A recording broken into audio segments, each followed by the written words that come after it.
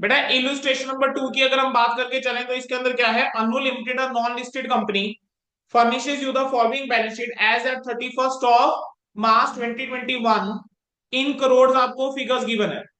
ठीक है, तो मेरा क्वेश्चन इसमें चलेगा करोड़ में। Crore. Equity and liability, shareholder fund, share capital, reserve surplus, trade payables, balance sheets given है। ऑथराइज कैपिटल के नाम पे बेटा 12% रिडीमेबल प्रेफरेंस शेयर्स हैं of 100 each and equity shares हैं of 10 each fully paid up. और आपको क्या गिवन है, company redeem preference shares on 1 April, bought back करे हैं 50 लाख शेयर 10 वाले 50 रुपए के हिसाब से, और पेमेंट जो है वो बैंक बैलेंस से करके चल रहे हैं जो करंट एसेट्स के अंदर आ रहा है। कह रहे हैं जनरल एंट्रीज करो और बैलेंस शीट बनाओ। चलिए बेटा किस तरीके से इसकी अब जनरल एंट्रीज करके चलेंगे, शुरू करते हैं। बेटा अब यहां पर बस एक नई चीज आ रही है, that is redemption of preference shares. Yes. ठीक है, अब रिडम्पशन ऑफ प्रेफरेंस शेयर्स के ऊपर मैं आपको लेके जाता हूं। दो ये कंसेप्ट जो है वो कहां का है बेटा, this concept is of CA foundation now. लेकिन रिडम्पशन ऑफ प्रेफरेंस शेयर्स के ऊपर चलो मैं आपको थोड़ा सा अगर आपको लेकर जाऊं बच्चे, आप लोगों के सामने इस टाइम बेटा रिडम्पशन ऑफ प्रेफरेंस शेयर्स के ना नोट्स आ रहे हैं कुछ। ठीक है बेटा, सेक्शन नंबर 55 रिडम्पशन ऑफ, ठीक है बेटा, सेक्शन नंबर 55 जो है वो गवर्न करके चलता है कि जब आप प्रेफरेंस शेयर्स को रिडीम करके चलते हो। सेक्शन नंबर 55 ये कहता है, हम सिर्फ उतना सीखेंगे जितना हमारे लिए भी रेलेवेंट है। ठीक है, हम we will not go into that much depth कि हम इसके full fledge redemption of preference shares के हम क्वेश्चन करने बैठ जाए, ऐसा नहीं करेंगे। ठीक है, कि सेपरेट क्वेश्चन रिडम्पशन का करने बैठ जाए प्रेफरेंस शेयर्स का, we will just understand the concept. बेटा रिडम्पशन जो करी जा सकती है ना प्रेफरेंस शेयर्स की, या तो वो करी जा सकती है आउट ऑफ डिविजिबल प्रॉफिट, या वो करी जा सकती है out of proceeds of fresh issue of shares. यानी आप क्या करके चलोगे, नए शेयर इशू करो और उससे जो पैसा आएगा कह रहे हैं या तो उसको यूज करके चलोगे, कह रहे हैं या फिर आप क्या करके चलोगे, डिविजिबल प्रॉफिट में से आप रिडम्पशन करके चल सकते हो। कह रहे हैं जो भी शेयर आप रिडीम बच्चे करके चल रहे हो, जो भी शेयर्स हम रिडीम करके चल रहे हैं, एक कंडीशन होती है कि वो शेयर्स कैसे होने चाहिए, फुली पेड अप होने चाहिए। तो अगर मान लीजिए हमारे पास रिडक्शन ऑफ प्रेफरेंस शेयर्स का कोई कंसेप्ट आ जाता है बायबैक के अंदर, और हमें redeemable preference shares fully paid up नहीं नजर आते हैं, तो मुझे उस रिडीमेबल प्रेफरेंस शेयर्स को सबसे पहले फुली पेड अप बना के चलना पड़ेगा। देन बेटा जो रिडम्पशन होती है प्रेफरेंस शेयर्स की, that can be on premium. ठीक है, जिस तरीके से बेटा देखो, इक्विटी शेयर के केस में बेटा क्या होता है, बायबैक। इक्विटी शेयर्स के लिए क्या होता है, बायबैक। प्रेफरेंस शेयर के केस में क्या होता है, रिडम्पशन। और वो कैसे चलती है, सेक्शन 55 के तहत। तो कह रहे हैं कि अगर आपका रिडम्पशन करके चल रहे हो तो बेटा रिडम्पशन के केस में भी इट कैन हैपन कि you are doing redemption at a premium. तो बेटा वो जो प्रीमियम होता है ना, उस प्रीमियम को देखो, वैसे तो देखो सर राइट ऑफ करने के लिए उस प्रीमियम को securities premium can be use. क्या बोला मैंने, वैसे तो प्रीमियम को राइट ऑफ करने के लिए बेटा हम सिक्योरिटीज प्रीमियम का इस्तेमाल कर सकते हैं, लेकिन जहां पर सेक्शन नंबर 133 कंप्लाई हो रहा होता है, तो वहां पर वो ये कहता है that you can not utilize securities premium for purpose of redemption of premium of preference shares. जो आपका प्रीमियम रहेगा on redemption of preference shares कि भी उसको राइट ऑफ करने के लिए कह रहे हैं कि आप सिक्योरिटीज प्रीमियम का इस्तेमाल करके नहीं चलोगे। ठीक है, तो अगर हमारे पास बेटा रिडम्पशन ऑफ प्रेफरेंस शेयर्स का क्वेश्चन आ रहा है और उस रिडम्पशन ऑफ प्रेफरेंस शेयर्स के क्वेश्चन के अंदर हमारे पास प्रीमियम आ रहा है, तो हम उस प्रीमियम को राइट ऑफ करने के लिए किसका इस्तेमाल करके चलेंगे, प्रॉफिट्स का इस्तेमाल करके चलेंगे, प्रॉफिट एंड लॉस का, ना कि हम सिक्योरिटीज प्रीमियम को। अब जिस तरीके से बेटा बायबैक के अंदर हमने एक कंसेप्ट पढ़ा कि अगर आपका बायबैक जो है that is out of free reserves, है ना, या आपका बायबैक अगर आपका फ्री रिजर्व में से था, so you were transferring certain amount to CRR, है ना, मतलब nominal value of the shares bought back, आप उसको सीआरआर में ट्रांसफर कर रहे थे। यस। इसी तरीके से बेटा अगर आप रिडम्पशन करके चलते हो प्रेफरेंस शेयर्स की and that is out of profit, तो आप nominal value of the shares redeem आप वो ट्रांसफर करके चलोगे किसके अंदर, कैपिटल रिडम्पशन रिजर्व में। किसमें ट्रांसफर करके चलोगे, कैपिटल रिडम्पशन रिजर्व में। बोलो इतना समझ में आया। सर रिडम्पशन में होता क्या, न्यू करते हैं शेयर को? बेटा नया नहीं करते, रिडम्पशन का मतलब होता है वापिस करना, ओके। रिडीमेबल। जब आप प्रेफरेंस शेयर इशू करते हो, आप प्रेफरेंस शेयर कैपिटल को क्या करते हो, क्रेडिट करके चलते हो। ठीक है, रिडम्पशन का मतलब क्या होता है कि अब आप शेयर होल्डर को पैसा दे रहे हो। प्रेफरेंस शेयर होल्डर हो। हाँ जी, प्रेफरेंस उनसे शेयर होल्डर को वापस हमने पैसा दे दिया, उसके शेयर समझो कैंसिल कर दिए। उनसे गॉट वापस। It, redemption. समझ आ गया। बेटा अगर हमने मान लीजिए कि कोई डिबेंचर्स इशू करे हैं, हाँ जी। तो डिबेंचर से जो पैसा आ रहा है बेटा आप उसको यूज नहीं कर सकते रिडम्पशन ऑफ प्रेफरेंस शेयर्स के लिए। ठीक ओके। है जी। अब रिडम्पशन ऑफ प्रेफरेंस शेयर्स की बेटा देखो अपनी एंट्रीज हैं कुछ एक। तो अगर ये एंट्रीज हमें पता होंगी, हमें क्वेश्चन में काम आ सकती है। पहली एंट्री क्या है, जब नए शेयर इशू करे जाएंगे, तो देखो बेटा यहाँ पार पे होंगे या प्रीमियम पे होंगे। अगर नया शेयर पार पे इशू करा जा रहा है तो एंट्री क्या हो जाएगी, bank account debit to share capital. लेकिन अगर प्रीमियम पे करा जा रहा है तब क्या एंट्री हो जाएगी, bank account debit to share capital to securities premium. अच्छा, अगर मान लीजिए प्रेफरेंस शेयर आपके फुली पेड अप नहीं है तो उनको फुली पेड अप बनाना पड़ेगा। फुली पेड अप बनाऊंगा तो ड्यू करूंगा तो फाइनल कॉल में पैसा मांगूंगा। तो यस क्या सर। करूंगा, redeemable preference share final call account debit to redeemable preference share capital. और बेटा जब ये पैसा मिलेगा तब क्या एंट्री हो जाएगी, bank account debit to redeemable preference share capital. बोलो बेटा क्या यहां तक सबको क्लियर होता है। Yes sir. Yes sir. हाँ जी। अब अगर बेटा जिस तरीके से आपने इन्वेस्टमेंट बेचने की एंट्री वहां सीखी थी बायबैक में, वैसे ही इन्वेस्टमेंट बेचने की एंट्री बेटा यहां होती है। अब आपका अगर कोई भी बेटा अमाउंट है जो ड्यू होगा ऑन प्रेफरेंस शेयर्स रिडम्पशन, तो क्या करोगे, redeemable preference share capital debit होगा, क्योंकि जब इशू करा होगा तो आपने redeemable preference share capital credit करी होगी। अब आप रिडीमेबल प्रेफरेंस शेयर कैपिटल को क्या करोगे, डेबिट करोगे। Premium on redemption of preference shares क्या करके चलोगे, डेबिट करके चलोगे। क्रेडिट क्या करके चलोगे, प्रेफरेंस शेयर होल्डर को। ठीक है, क्योंकि प्रेफरेंस शेयर होल्डर को आपने पैसा देना है। अब जो आपका ये प्रीमियम होता है on redemption of preference shares, बेटा इस प्रीमियम को राइट ऑफ करके चलेंगे। कैसे, आउट ऑफ फ्री रिजर्व। सबसे पहले पी एंड एल यूज कर लो, फिर अगर कोई और रिजर्व है वो यूज कर लो। ठीक है, लेकिन सिक्योरिटी प्रीमियम यूज नहीं करोगे।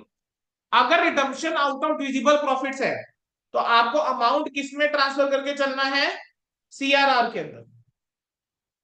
ठीक है, तो उसकी एंट्री हो जाएगी।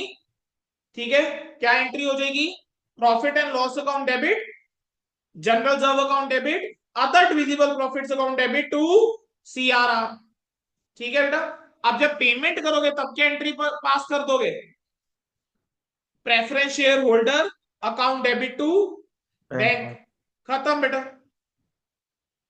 डन। और बोनस की अगर एंट्री साथ में बेटा क्वेश्चन में आ जाती है, तो अब मैंने आपको बताया हुआ है कि bonus can be issued out of CRR, तो सीआरआर में से बोनस आप देके चल सकते हो। Got it. तो बेटा ये कंसेप्ट क्लियर हुआ। मैं आप लोगों के साथ बेटा ये वाली फाइल भी शेयर कर दूंगा, ये सीए फाउंडेशन लेवल का टॉपिक है। I will share this file with you for your reference. ठीक है, आप लोगों ने इसका मतलब लिखना होगा अपने रजिस्टर्स में, लिख लेना, नहीं तो वैसे संभाल के रख लेना, ये फाइल काम आ जाएगी। चलो बेटा, बेटा इसके बाद क्या आ जाएंगे, आपका आ गया यहां पर,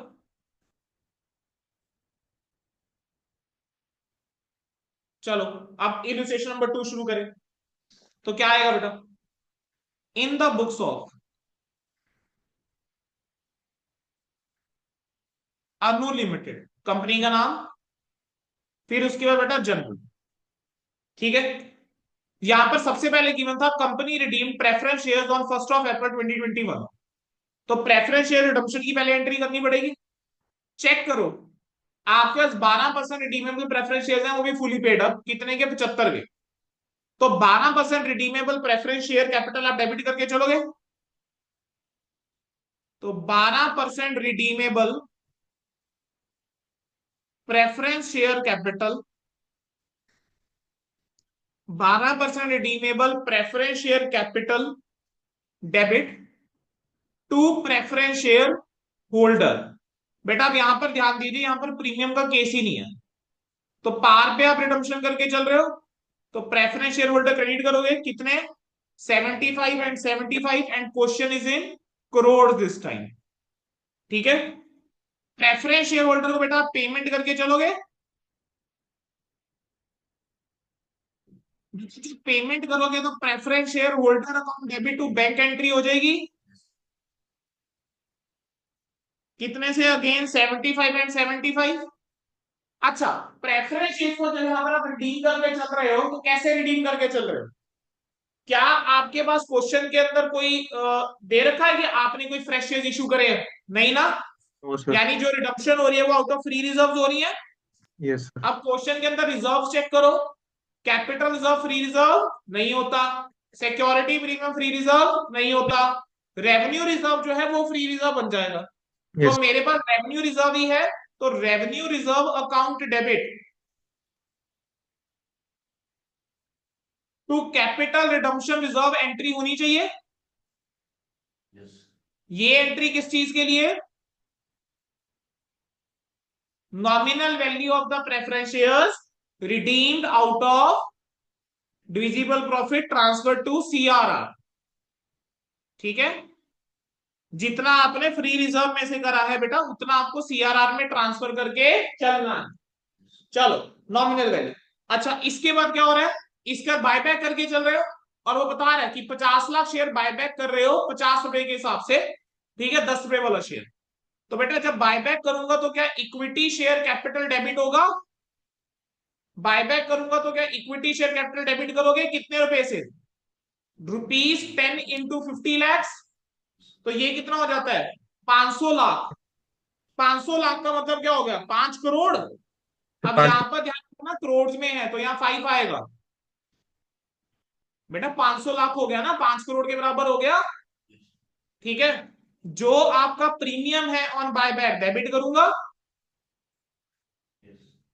प्रीमियम ऑन बायबैक कितना हो गया, 10 की चीज 40 में 50 में, तो आपका 40 रुपए क्या हो गया, प्रीमियम का अमाउंट हो गया, तो कितना आ जाएगा, 20 आ जाएगा। पैसा किसको देना है, इक्विटी शेयर होल्डर्स को, तो क्रेडिट क्या कर दूंगा, इक्विटी शेयर बायबैक, यहां क्या आ जाएगा बेटा 25। अब क्या करूंगा बेटा, इक्विटी शेयर बायबैक को मैं डेबिट करके चलूंगा,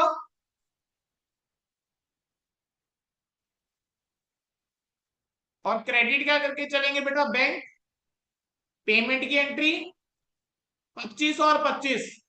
अब इक्विटी शेयर बायबैक से रिलेटेड चीजों को क्लोज करना शुरू करें।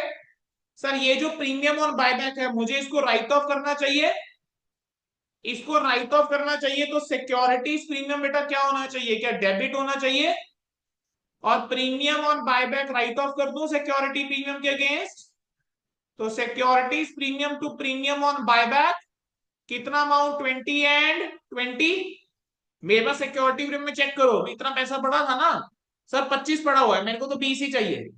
अच्छा, बायबैक कैसे हो रहा है, क्या आउट ऑफ फ्री रिजर्व हो रहा है या आउट ऑफ वो हो रहा है, प्रोसीड्स हो रहा है, फ्री।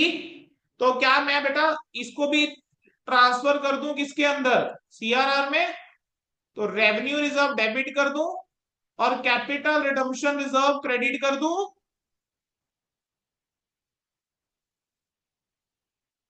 रेवेन्यू रिजर्व बोलो कितना, 5, नॉमिनल वैल्यू इज 5 ना, तो 5 से एंट्री हो जाएगी, खत्म, सारी एंट्री होगी बेटा। मुझे बताओ बेटा क्या किसी एंट्री के अंदर किसी बच्चे को डाउट है, इस क्वेश्चन के अंदर what was the new point, only the entries for the redemption of preference shares, और रिडम्पशन ऑफ प्रेफरेंस शेयर्स की जब एंट्री हुई तो वहां पर बेटा आपकी 3 नई एंट्रीज आ गई, एक प्रेफरेंस शेयर होल्डर को जो पैसा ड्यू करने की एंट्री, दूसरी पेमेंट की एंट्री, तीसरा जितना आउट ऑफ डिविजिबल प्रॉफिट था वो सीआरआर में ट्रांसफर करने की एंट्री। बाकी आपका क्वेश्चन के अंदर कोई फर्क नहीं पड़ा। प्रीमियम ट्रांसफर करते हैं सिक्योरिटी प्रीमियम में ही होगा बेटे बिल्कुल, प्रीमियम और बायबैक जो है वो सिक्योरिटी प्रीमियम से राइट ऑफ करके चलूंगा मैं। अगर सिक्योरिटीज प्रीमियम में सफिशिएंट पैसा नहीं होगा तो पहले सिक्योरिटी प्रीमियम फिर उसका पीएनएल को यूज कर लूंगा या फ्री रिजर्व यूज कर लूंगा। मेरे पास सिक्योरिटी में 25 पड़ा था, मुझे 20 राइट ऑफ करना। ठीक है बेटा, आगे बढ़ सकते हैं बच्चे। सर इसमें मेरा एक डाउट है। बोलो बच्चे। सर अगर जैसे जब हम सीआरआर में ट्रांसफर करते हैं रेवेन्यू रिजर्व को, अगर उसका हम्म। कुछ बैलेंस ही नहीं हो फ्री रिजर्व में, और कोई, जैसे इस क्वेश्चन में ही फ्री रिजर्व में और कुछ था ही नहीं, जैसे रेवेन्यू रिजर्व था, और हाँ जी। इतना सफिशिएंट बैलेंस ही नहीं हो, तो हम उसमें सीआरआर में ट्रांसफर नहीं करते उसमें। बट सफिशिएंट बैलेंस हमेशा मिलेगा, वो सिचुएशन आपके सामने आएगी ही नहीं। Okay sir.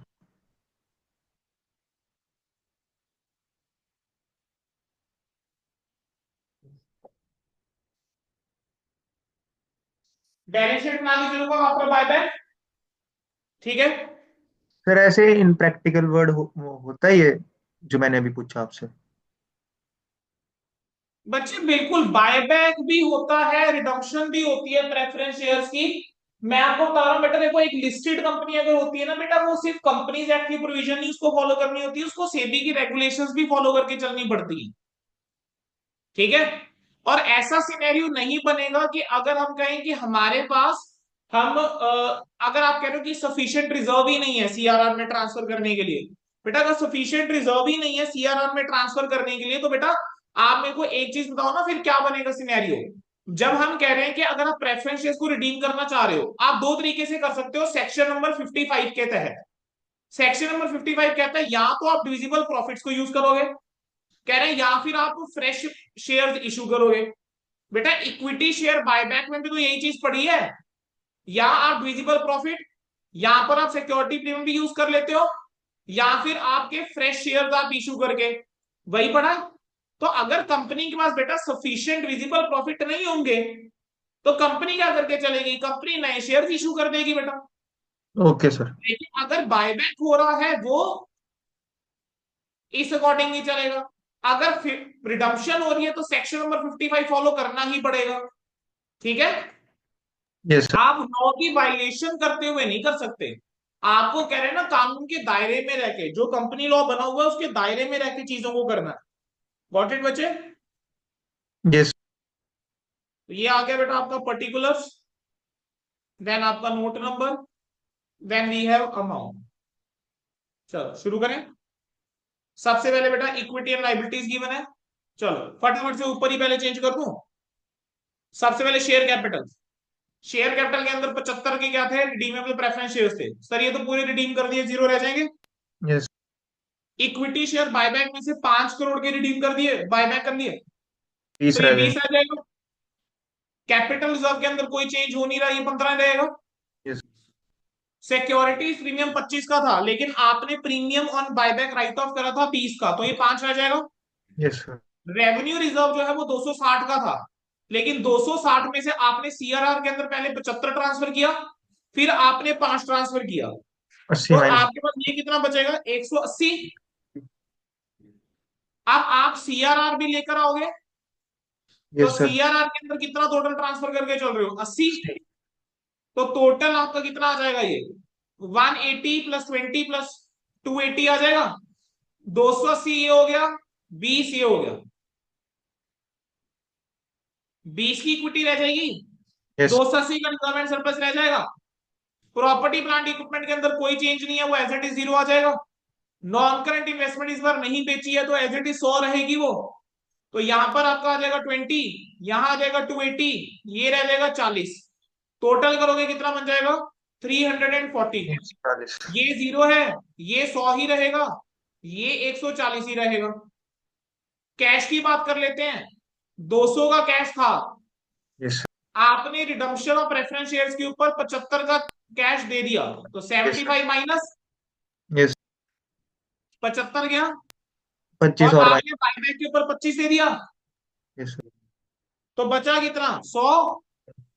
टोटल करो कितना आ गया, 340। मैच हो रही है, यस सर। बनाए बैलेंस शीट।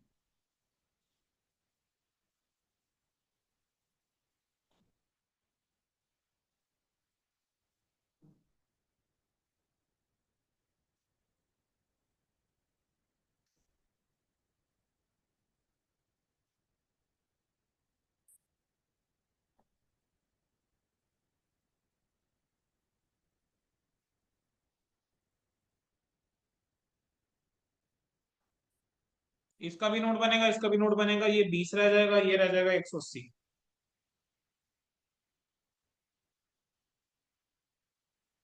करंट लायबिलिटीज आ जाएगा। करंट लायबिलिटीज के अंदर बेटा ट्रेड पेबल्स आएगा। Trade payables will be 40। Total करोगे, टोटल कितना आ जाएगा? 340 का।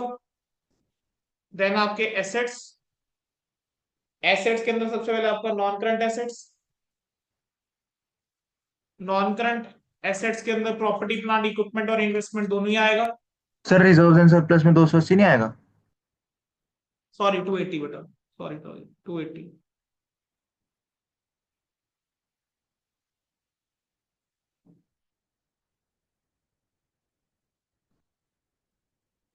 प्रॉपर्टी प्लांट इक्विपमेंट का नोट दे रखा था, हम भी बना देंगे, है वो नीली। नॉन करंट इन्वेस्टमेंट, इसका भी नोट दे रखा था क्या? तो इसको भी बना देंगे 140। देन आपके करंट इन्वेस्टमेंट्स, करंट इन्वेस्टमेंट के नाम पे आपके पास दो चीजें थी, एक आपका ट्रेड रिसीवेबल,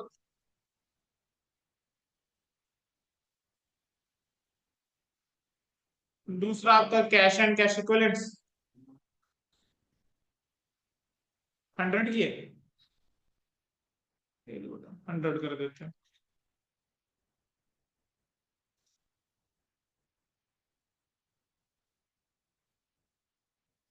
ट्रेड रिसीवेबल कितने के थे? सर 140 के।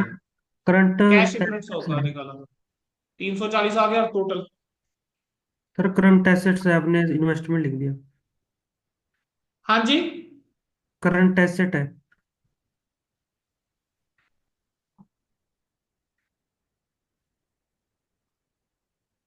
चलो आगे। करंट एसेट्स में trade receivable, cash and cash equivalents. अब क्या बना के चलूंगा? नोट्स। नोट्स के अंदर बेटा सबसे पहले क्या? शेयर कैपिटल,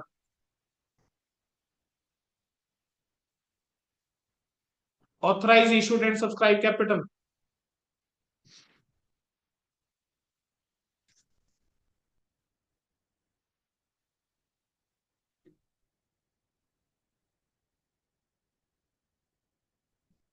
कितना हो जाएगा? 2 करोड़ इक्विटी शेयर्स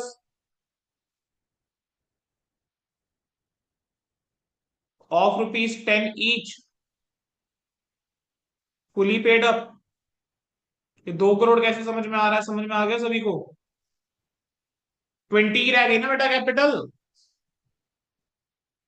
तो ये 20 हो जाएगा। अरे बच्चों यहां तक क्लियर है? Yes sir, yes. चलिए अगला reserve and, reserve and surplus के अंदर सबसे पहले क्या लिख दूं? कैपिटल रिडम्पशन रिजर्व लिख दूं सबसे पहले।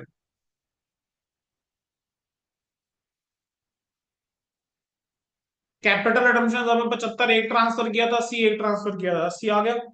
75 एक किया था, 5 एक किया था। देन आपका कैपिटल रिजर्व,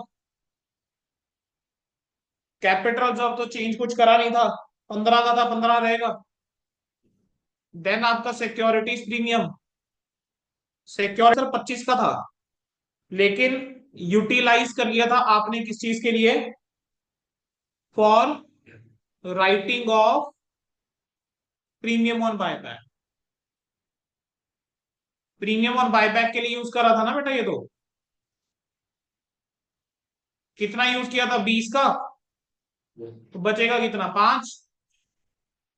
फिर उसके बाद आपका क्या है? Revenue reserve. रेवेन्यू रिजर्व बोला बेटा कितने का था? 260 का। इसमें से आपने ट्रांसफर किया था सीआरआर के अंदर कितना? टोटल 80। 75 एक और 5 एक, तो कितना बचेगा? 180। टोटल कर लेना इन सबका, ये आपके पास आ जाएगा 280। नोट नंबर 3 आपका प्रॉपर्टी प्लांट इक्विपमेंट।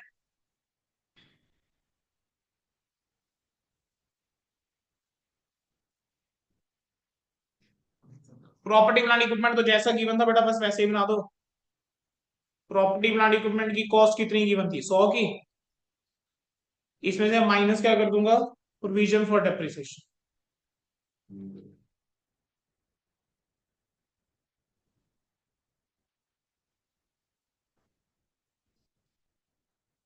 ठीक है, अगला क्या आएगा बताओ जरा।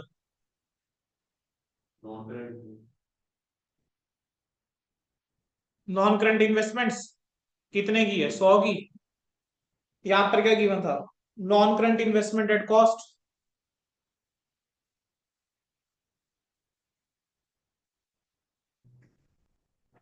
ब्रैकेट में क्या लिख देंगे, मार्केट वैल्यू जो गिवन है, कितने की मार्केट वैल्यू गिवन थी बेटा, 400 करोड़। आगे बढ़े, कैश कैश कैश का भी नोट बना हुआ है,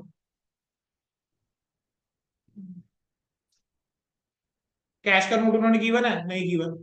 अब तुम्हारी चॉइस है, कैश का नोट बनाना चाहते हो बना लो, नहीं बनाना ना बनाओ, कोई ऐसा फर्क मेजरली नहीं पड़ेगा। बेसिकली कैश में से आपकी दो अमाउंट्स माइनस होनी है, एक जो आपने रिडम्पशन करी है और दूसरा आपने बाय बैक वाली। ठीक है, तो बेटा आपका एक क्वेश्चन जो है वो हो गया पूरा।